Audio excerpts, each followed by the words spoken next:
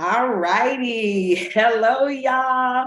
Welcome to Black and Marine Science Week 3. I hope you have been having a great day so far.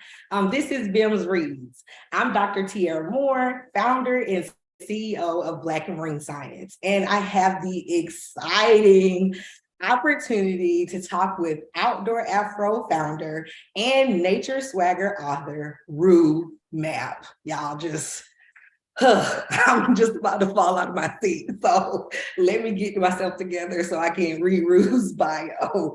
All right. So Rue is the founder and CEO of Outdoor Afro, which is a nonprofit organization and social community reconnecting African Americans with natural spaces through outdoor recreational activities.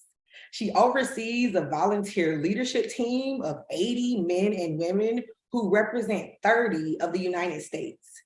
In 2010, Matt was invited to the White House to participate in the America's Great Outdoors Conference, and subsequently was part of the team that informed the launch of First Lady Michelle Obama's Let's Move initiative. So we just have a powerhouse here right now. So Rue, I'll let you say a few words, and then we'll start with you actually reading a little bit from your book, and then we will jump into some questions. So again, thank you so much for being here. Thank you, Dr. Moore. It's just an honor to be here and to spend this Sunday afternoon with y'all. I'm just so thankful to be doing work that is aligned so beautifully with what you're doing. And I'm just, more encouraged every day to see what you all are doing and so many others to just change the narrative and get more people who look like us, not just participating, but also leading. And that's what I'm going to touch base about in my book that I'm going to share with you. I'm only going to read the introduction, but here's my book, Nature Swagger. And I'm glad you said that, and sorry to stop you, but as y'all may or may not know, so pay attention throughout today. We actually will be having a giveaway, so secrets out. So don't leave. Listen, and actually, if you do have any questions, you can drop them in the YouTube chat and we will get them here. So definitely make sure you're listening. We're having a cool giveaway today and talking about, like you said, why we're changing the narrative of who belongs outdoors, because it's us. We belong outdoors. All right. Wonderful. Thank you for that reminder. So what I'd like to do, if I may, is just to read about 10 minutes from my book, from the introduction. And then after that, we can talk about the process of writing the book. And you can really ask me anything that you'd like. And certainly I welcome anyone listening in live to go ahead and ask whatever they want to ask as well. So again, my book is Nature Swagger. Stories and Visions of Black Joy in the Outdoors. And it was published by Chronicle just this year. The sale date was actually November the 1st.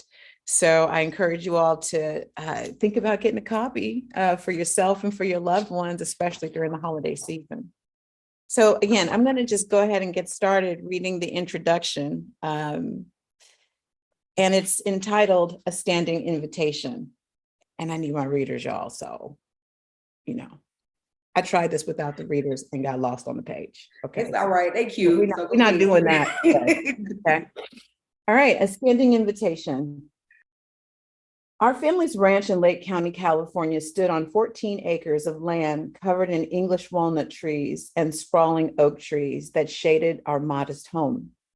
The entrance to our driveway was flanked by a rock masonry frame, and hanging from it was a homemade black and white sign with letters carved out by a wood router, Big Oak. It was a remarkable corner lot with open ranch fencing on two sides that allowed anyone driving by to easily take in what was going on in the yard. People routinely slowed as they rounded the corner to see what lively events were happening at Big Oak. The land was lovingly and purposefully tended to by my father, A.C. Levias, who delighted in creating both its form and function to enhance the experience for our bi-weekly family runs and for anyone who frequently visited our ranch. There was a barn and a shop built with symbiotic purposes in mind. These would be where we built the pen that housed our pigs and other livestock. Beyond that lay a bountiful vegetable garden, vines heavy with grapes, and trees with fruit in the summer. My father also built a walk-in smokehouse, a swimming pool, a swing set, and eventually a tennis court. Altogether, our ranch was a place that holistically embodied outdoorsman grit with a nod to community entertainment and a resort-style twang. My dad was a Black man from the Jim Crow South with an eighth grade education who had the audacity to create a place like this in a nearly all-white town. But he was respected in the community, and on one occasion, the county newspaper covered one of our large family events on its front page. As a child, I was always thrilled to visit the ranch. I delighted in taking part in hunting, fishing, and exploring the surrounding woodlands along country roads by foot or on my bike. Nearby Copsey Creek was an oasis of discovery and learning about aquatic ecosystems, as well as the seasonal flow of water. I recall many times getting out of the car and wondering if those tadpoles or pollywogs I saw a couple weeks before had turned into frogs. How high was the river after a big rain? At the ranch, I felt deeply in love with nature. More than just bountiful and beautiful land, the ranch was also a site for celebration, where we invited family, friends, and members of the community to enjoy holidays, parties, and reunions. I especially loved when we kids put together talent shows for the adults who would spend the day talking, laughing, and playing games like Bid Whist and Dominoes. I received lessons in hospitality at the ranch.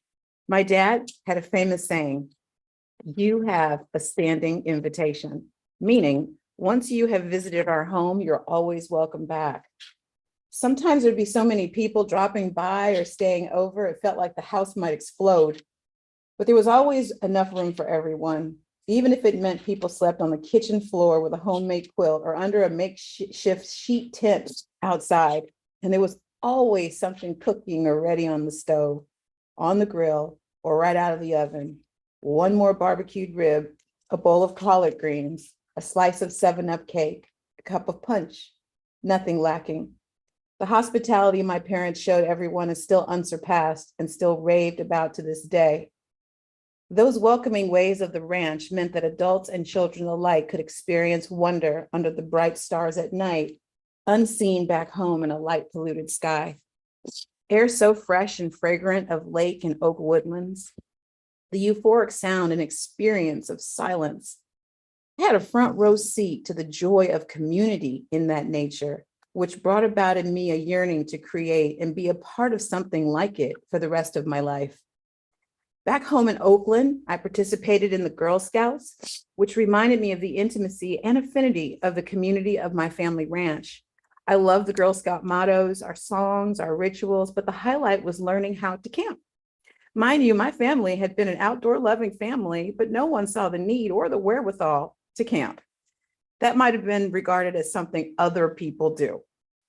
After my first experience with my Girl Scout troop, I was hooked on camping and everything it encompassed. Even chores were more fun, tackled as a group in nature while singing songs. It was at that time I started a diary, a prized Hello Kitty red padded book with empty lines of possibility. In those pages, I was especially drawn to capturing my time in nature. In painstaking detail through my new curly cursive, I wrote what I saw and what I did and shared the stories of how we related to one another in our pop-up community. Around this time, I became fascinated with technology. Growing up in the Bay Area meant being exposed to the cutting edge of early computer technology. Carl B. Monk, my Oakland Public Elementary School, had a Commodore PET computer for our classroom. By the age of 10, I was programming basic language so easily that my parents purchased a home version of the Commodore for me so I could continue to practice this new skill and passion. I would sometimes bring my computer to the ranch and practice programming in quieter moments. I eventually found my passion for activism and community service in college through the Black Student Union and Women's Center, where I would make lifelong friends. By the early 90s, I had a capstone experience mountaineering with Outward Bound and summited peaks in the High Sierra as the only Black woman in our group. That trip summed up an acute awareness in me to understand nature as a powerful teacher, while also highlighting the isolation I felt as a young Black woman still trying to navigate adulthood in a new remote wilderness setting with people who shared cultural experiences different than my own. Out of my experience using digital technology over the years, it was easy to become an early adopter of the internet.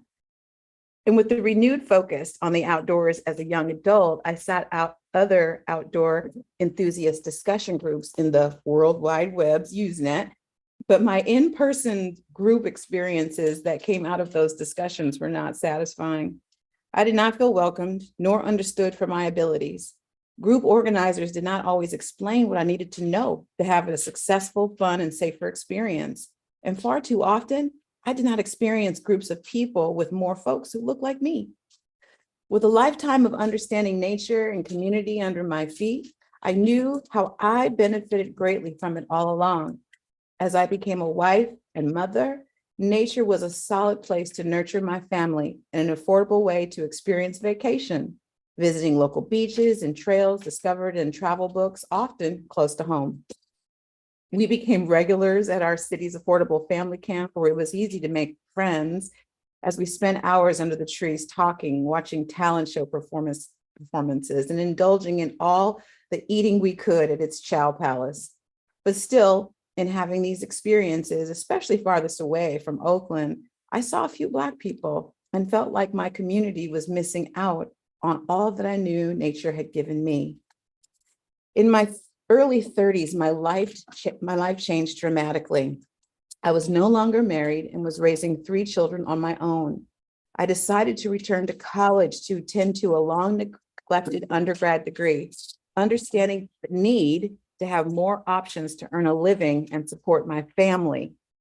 After 2 years of sleepless nights of study at a junior college while working full-time with determination, I found relief in an admissions letter to UC Berkeley. For the next 3 years, me and my kids went to college, though only one of us was sitting in its classrooms. But toward the end of my degree completion, I was looking over the edge into a country in recession. The goal of getting that great job did not seem certain anymore, so I considered business school and found support from a mentor to explore that option. But that too was going to be a challenge. How could I consider going away from my community to study intensely with my 3 growing children who needed me more than ever? I'll never forget the moment in conversation with that mentor, Frida Kapor Klein, who understood my dilemma and asked, if time and money were not an issue, what would you do? I opened my mouth and my life fell out. I'd probably start a website to reconnect Black people to the outdoors. It was a moment of revelation, a key that fit perfectly into the lock of this magic moment, opening the door to possibilities that are still unfolding. It was as if the truths of my life were hiding out in plain sight and now wanted to be seen and understood. Community, nature, technology, and writing could finally be woven into a single expression.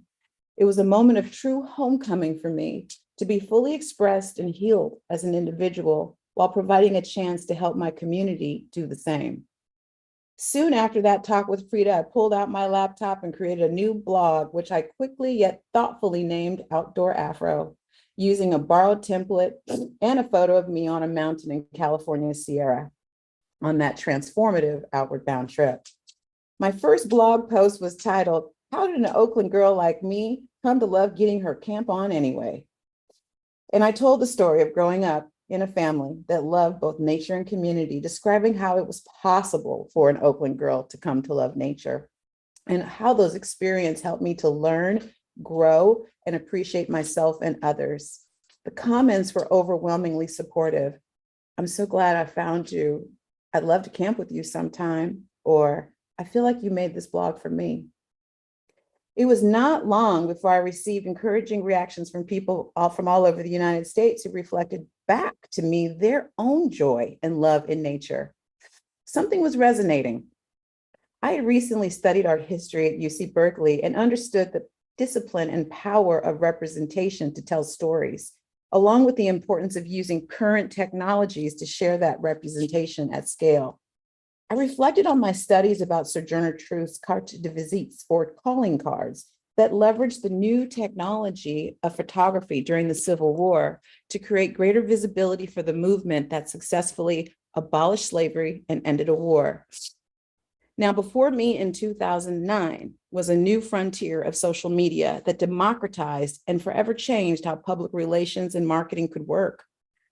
From my kitchen table, I decided to tell a new story using images unlike what I had seen growing up among the glossy nature and outdoor publications of Black people in nature, instead as strong, beautiful, and free, just like what I always knew and experienced growing up. Over the following years, I gave myself over to my work with increasing focus and determination. I took a part-time job at my local Audubon where I learned about environmental conservation, and later at a foundation that helped me understand how outdoor Afro might fit into a field of work. I leveraged my years of personal and professional networking and experiences in business, the arts, and community building to level up that blog to become a national and staffed organization that today broadens the definition of not only what outdoor participation looks like, but also who leads these experiences. In the past 12 years since I sat down and wrote that first blog post, Outdoor Afro has grown into an organization that touches thousands through in-person adventure and millions more through digital media to broaden what outdoor participation looks like and who leads experiences in nature all over the country. You'll find Outdoor Afro leaders getting people out to camp in the Colorado Rockies, hike in view of the St. Louis Gateway Arch, birdwatch in the Florida Everglades, canoe in the Mississippi River, and more, all while learning about the long heritage of Black people connecting in nature. Some of our trained volunteers have even gone on to do capstone events together, such as climb the Sierra Heights of Mount Whitney in California, walk in Harriet Tubman's footsteps along the Appalachian Trail, and pilgrimage to the far reaches of Africa in Tanzania to find new definitions of summit on Mount Kilimanjaro, surrounded by people who look like them. The journey has taken me to many places and introduced me to many incredible people who've become my newest wave of lifelong friends, all of which has taught me profound lessons about the personal and societal challenges that nature is adept at helping us solve. In the years of racial divide and civic unrest in which my work developed, we began healing hikes as a showcase of continued and expanded clarity of the power of nature to teach, transform, and heal. We can also lift up and expand on beloved historical figures such as Harriet Tubman. As a true wilderness leader, she absolutely journeyed our people to freedom through nature. Most importantly, it's become clearer to me over the years that nature is not someplace over there. It is present within us, always. Therefore, the concept of connecting people to nature is actually a journey inward and a homecoming with oneself.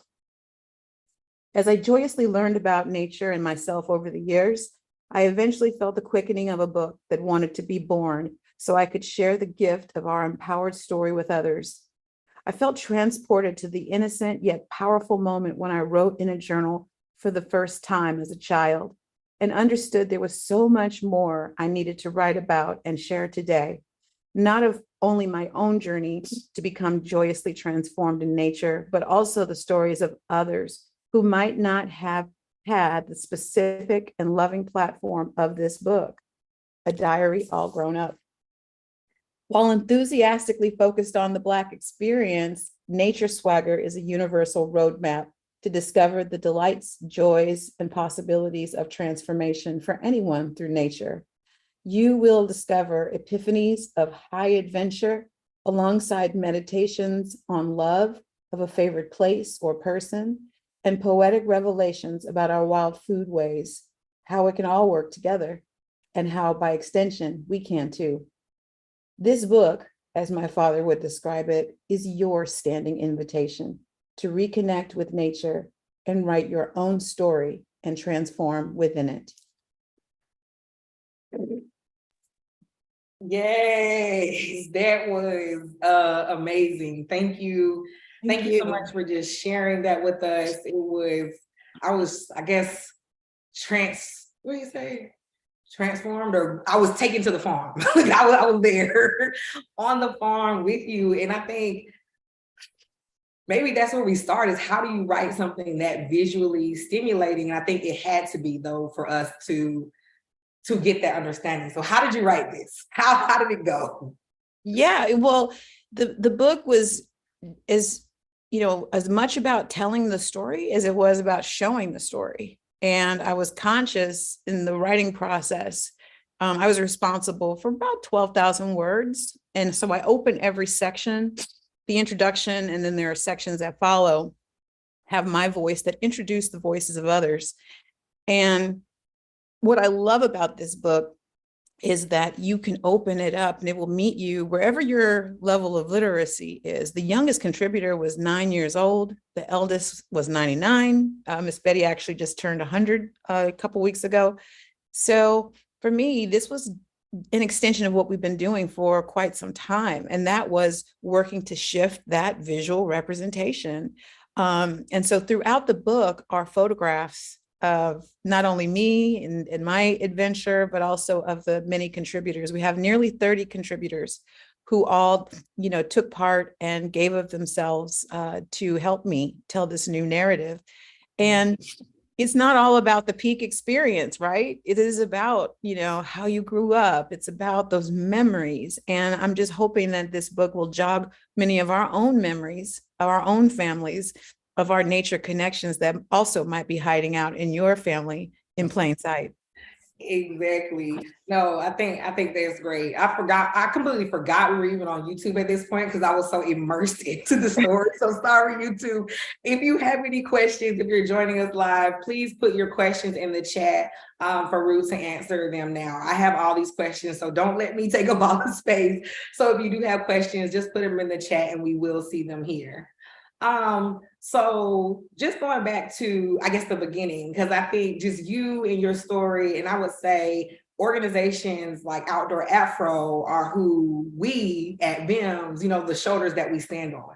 I think really you just putting a face like, hey, you can be outside, you can be in this, is like, okay, well, we can be in other spaces of the outside. So I guess, how do you see that, like the growth where you started, like you said, when you just said, I'm going to write a blog and change that, to now you can actually see organizations like this and just change even where funding is going and where partnerships are going. What does that feel like for you? I love it. Like to me, it is like, because I think about how change really happens. It's not like the single actor, it's not the single organization.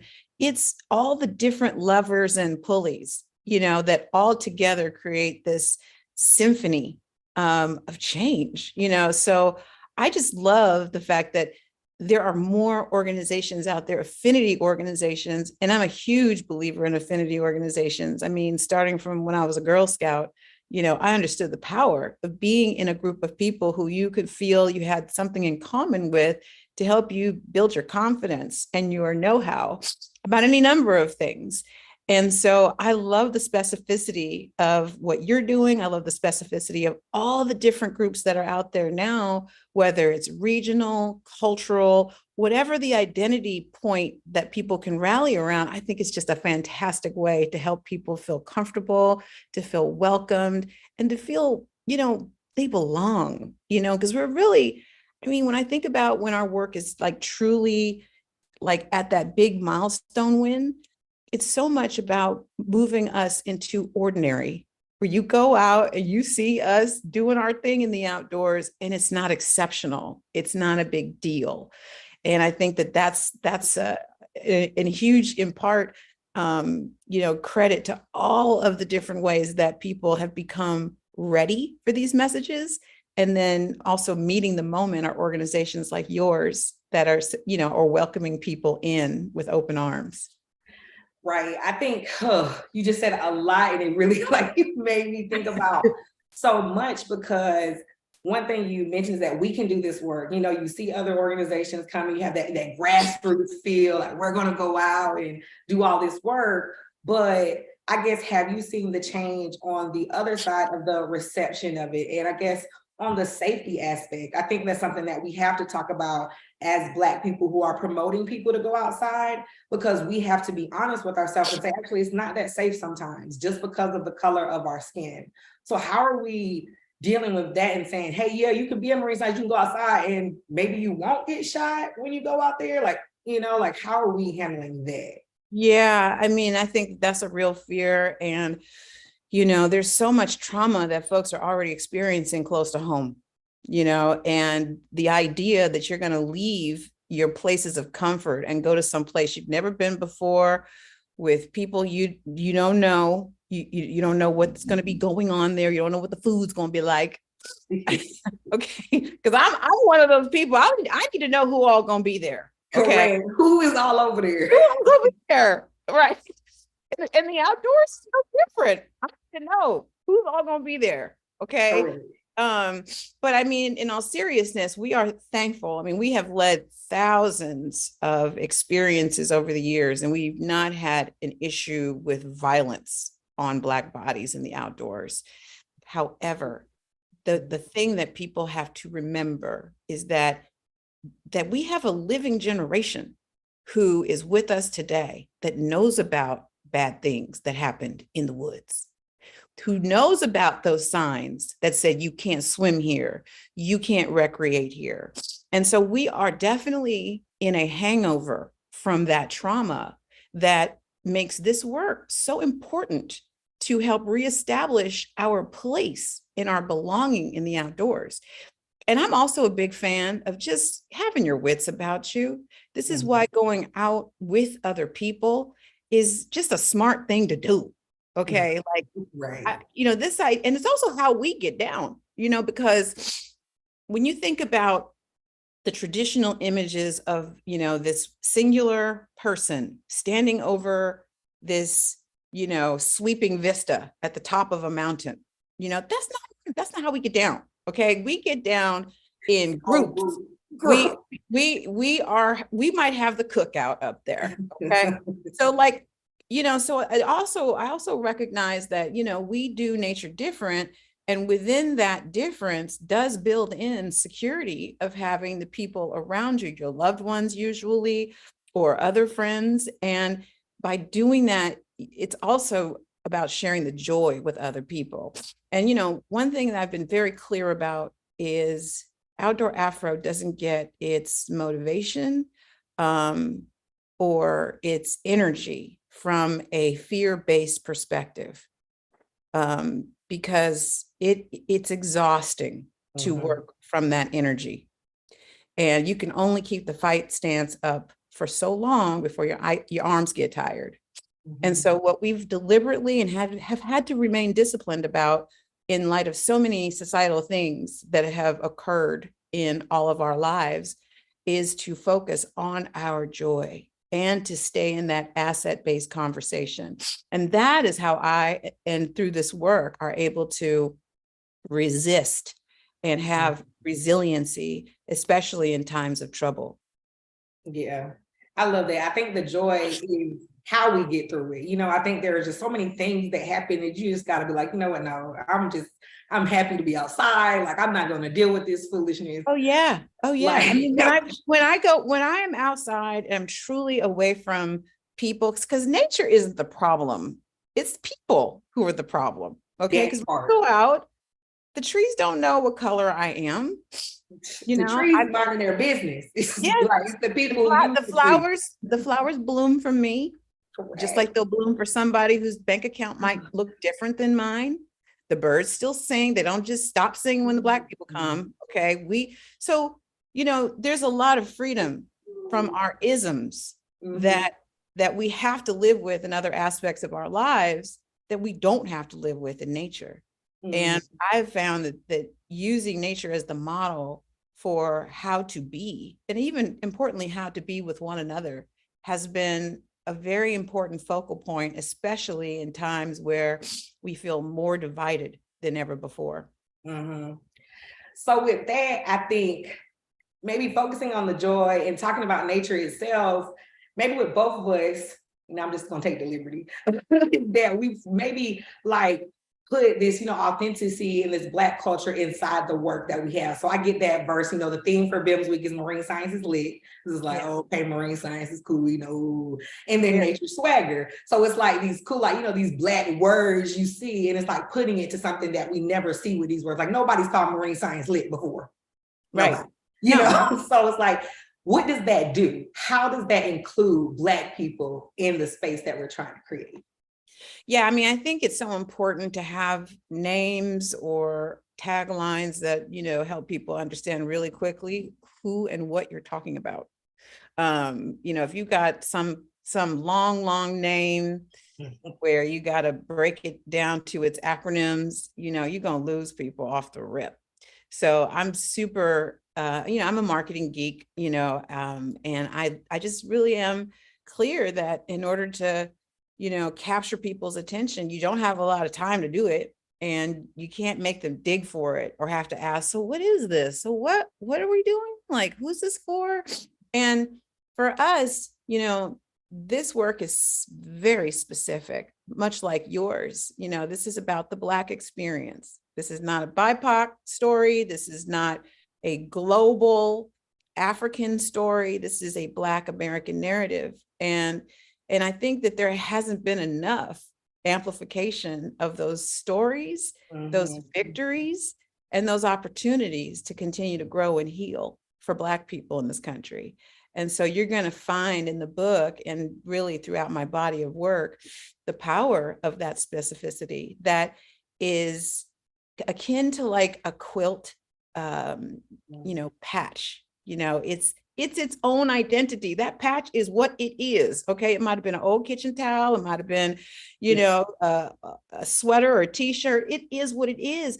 But through that specificity, it gets to be knit together and sewn together with other blocks to make something bigger.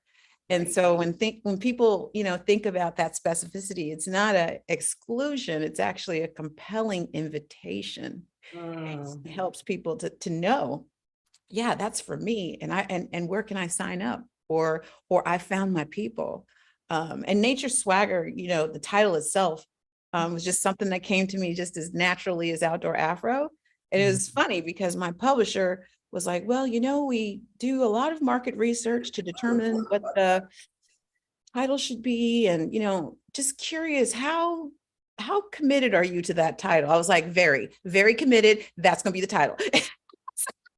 So it was a really like soul affirming title that I felt, and I'd used it before in some interviews in the last few years.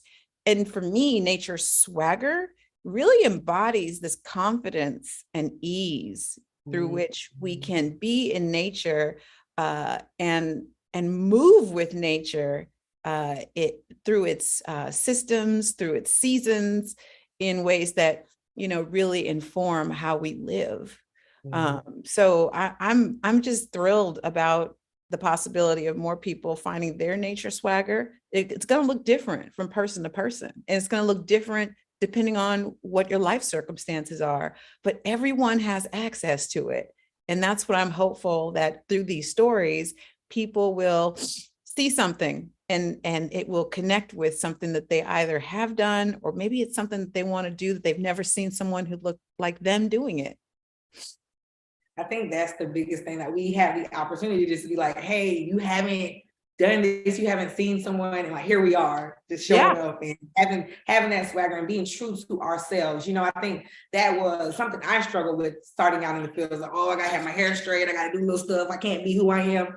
Like, no, no. You can do it all. You can do exactly. You can still be you. You can be you. And and that's why we have a national organization, because there's regional specificity, from accents to what's available in your area, to the cultural norms that look different for Black people, depending on, it's going to look different in LA than it looks like in South Carolina, than it might look in the Pacific Northwest. And so I think, again, specificity matters. And in our case, when we talk about this Black American experience, there's a lot of diversity even within that. And I'm thankful that we have so many people. This, year's class actually has 120 men and women who we've trained, and they're getting people out in over 30 states, as you mentioned. And our participation network has now grown to 60,000 people who are hiking and biking and camping.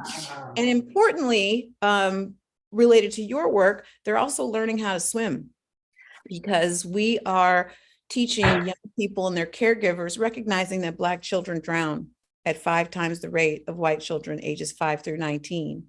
And unfortunately, this is our inheritance from Jim Crow, from those signs that prohibited a whole generation from having access to swim lessons and recreational swim. So we're doing our part to teach every child in our sphere of influence how to swim, because I know that if a child doesn't know how to swim, they're not going to ease into a tippy kayak. They're not going to consider possibly being a marine scientist, which also includes caring about plastic in the ocean. So, we need to be in healthy relationship with our natural resources. And to the extent that we fear them, we don't feel that they belong to us, we don't belong there, is going to shut the door on people having the beneficial relationship for themselves, but also what our planet needs us to be engaged with. Exactly. Yeah, no, I agree. I think, the youth engagement is something that is so important, because for me, I didn't see a Black marine scientist until I was already in college, seeing us outside, that wasn't just nothing that was normal. And so I think that is just so important to start, getting our youth earlier. So we are coming down to our last couple of minutes. We do have a question from the audience that I want to ask you. So it's from DeMarcus. How do you transfer the visibility of Black people outside doing these activities to the community? There is still the stigma that this is for a select group of people. Well, there's definitely more work to do. I think we have to just continue doing what we're doing. You can't change hearts and minds, in a grant year. I'm sorry. You have like all of these deliverables that, and all of these expectations of impact, but really nothing happens faster than the speed of relationships. And that includes relationships we have with one another, but also the relationship we have with nature. I am a child of the 70s and 80s. And in those early years of my life, people smoked cigarettes everywhere, like on the plane, on the train, in the bank. But after there were, it was new research that revealed the harm of nicotine. There were nonprofit organizations, there was marketing and PR campaigns, there were individual champions. Again, all the different levers and pulleys that changed the whole conversation about smoking, that you can't even smoke like in front of a business anymore. But that took a whole generation. Okay. And so I feel like we have to really keep in mind that, we're in this long game here, that it's, we've got, Amazon Prime expectations for societal change, and it doesn't work that way. And so for the person who wrote their question, figure out who your sphere of influence is. It could be your family, it could be your roommates, it could be people in your church, your sorority, fraternity, but start with your sphere of influence and get the people outside, and you can start changing narrative on your own. You don't have to even be a part of an organization to do that. Right. So thank you so much for answering that. So with your organization, with the work you do, you mentioned a lot of activities to connect, Black people to the outdoors. There's hiking, park tours, canoeing. But my question is, when is Outdoor Afro going scuba diving with BIMS? Well, it just ain't nothing but a word, honey. Okay, so we just, should follow up on that question. But we do have some Outdoor Afro participants getting their certifications. We also have folks getting certified in paddle sports such as kayaking, sea kayaking. So, we are here for it. And what I love about what these volunteer leaders do is that they are so responsive to what their community wants to do. So if it's overnight camping, if it's, longer, expedition hikes, like, we are here for it. And And for those who don't want to do that, go for the neighborhood walk. Go to your local pocket park, start a garden on your apartment terrace, so we're here for the widest variety that, people, no matter where they are in the spectrum of engaging with nature, we're here to greet them with open arms. Yeah, and I think that's really what I want the audience to know is that, you can interact with the outdoors in so many different ways. And I think the goal of what we were trying to do here today is change that narrative to say, hey, you belong there. You can go out there. If you just want to go outside and stand, Yeah. just look, Yeah. you can take up that space as well. So we are at the end. We do want to do the giveaway, but do you have any final words you want to say to our audience? Yeah. No, I just want to thank you so much for giving me this, just lovely platform to share my book. It was great spending time with your audience on a Sunday afternoon. And I encourage you all to stay in touch with me. You can follow me personally on Rue Mapp, MAPP on Instagram, or you can go to outdoorafro.org. And Outdoor Afro also is on social as Outdoor Afro. So join the conversation, join my journey. And I can't wait to see you out in nature. Yes, please go out in nature. Please buy nature swagger. Like, just go buy the book. Buy the book.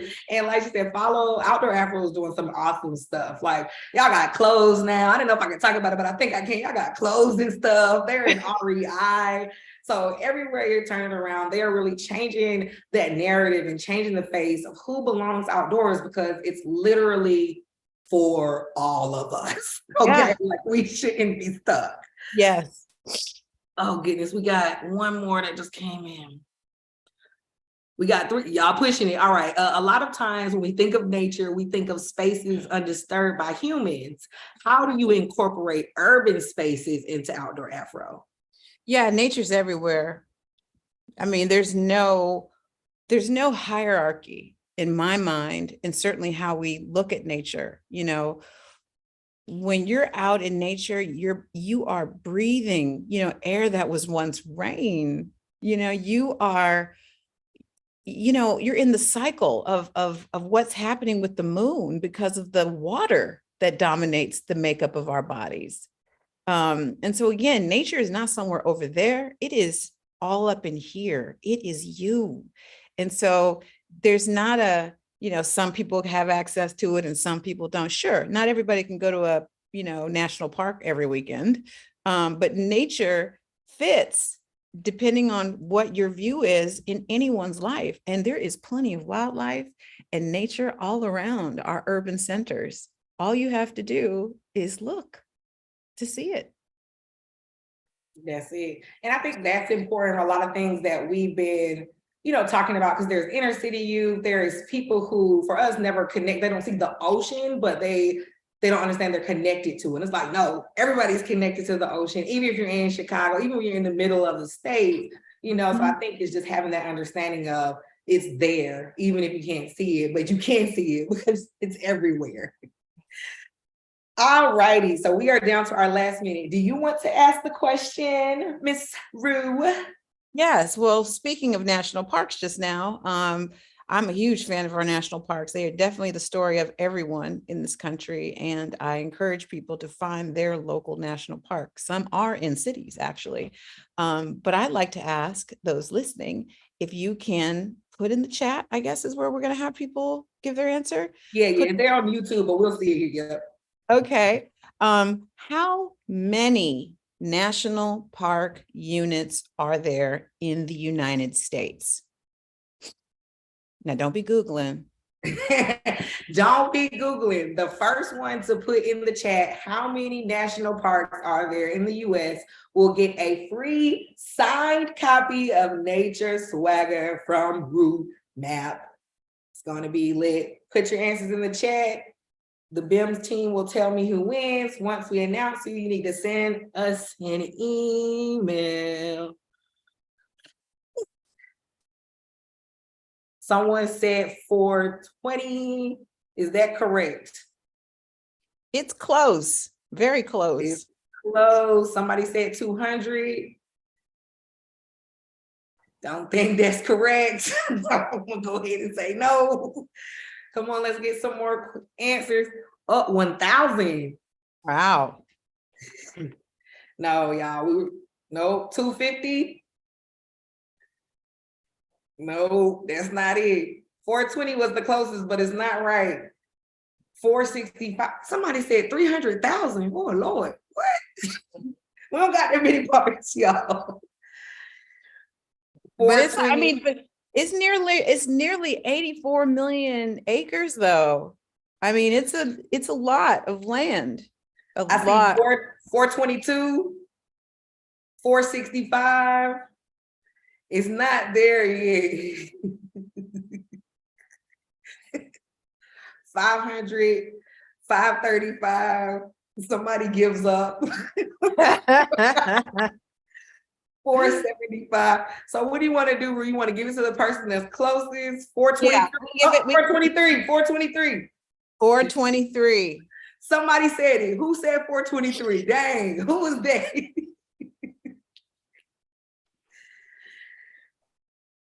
Amanda White, Mandy White, 423. All right. So, Mandy, go ahead and send your information to info@bims.org, and we will go ahead and get you a signed copy of Nature Swagger from the great Rue Mapp. As y'all can tell, this has been super exciting for me. Like, Rue, you don't know, as a young CEO, like I'm literally walking in your footsteps. So, so thankful thank you. Just and if there's any advice you'll accept from me, just continue to have faith and stay in your truth. Don't allow anybody to steer your passion in some other direction or in service of some other purpose. There's a lot of pressure out there to be and do everything for everybody, but not everything is for everybody. And you have to practice conservation of self. And unless you do that, you can be, put in 1,000 pieces and no good for anybody.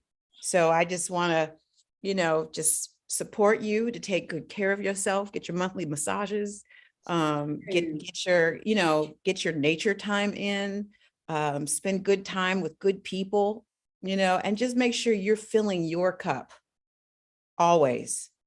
No, I really appreciate that. Thank you so much. I see this don't happen nowhere else but BIMS. Okay, y'all, we have reached the end of BIM Reads. It's still Black and Marine Science Week. There's so much going on our social media, but the next event that'll be right here live again on our YouTube channel is our Blue Table Talk. All right, we stealing a little bit from the Red Table Talk, but we're going to be having a real raw conversation just about some folks' experiences in marine science. So join us back here at 5 p.m. ET.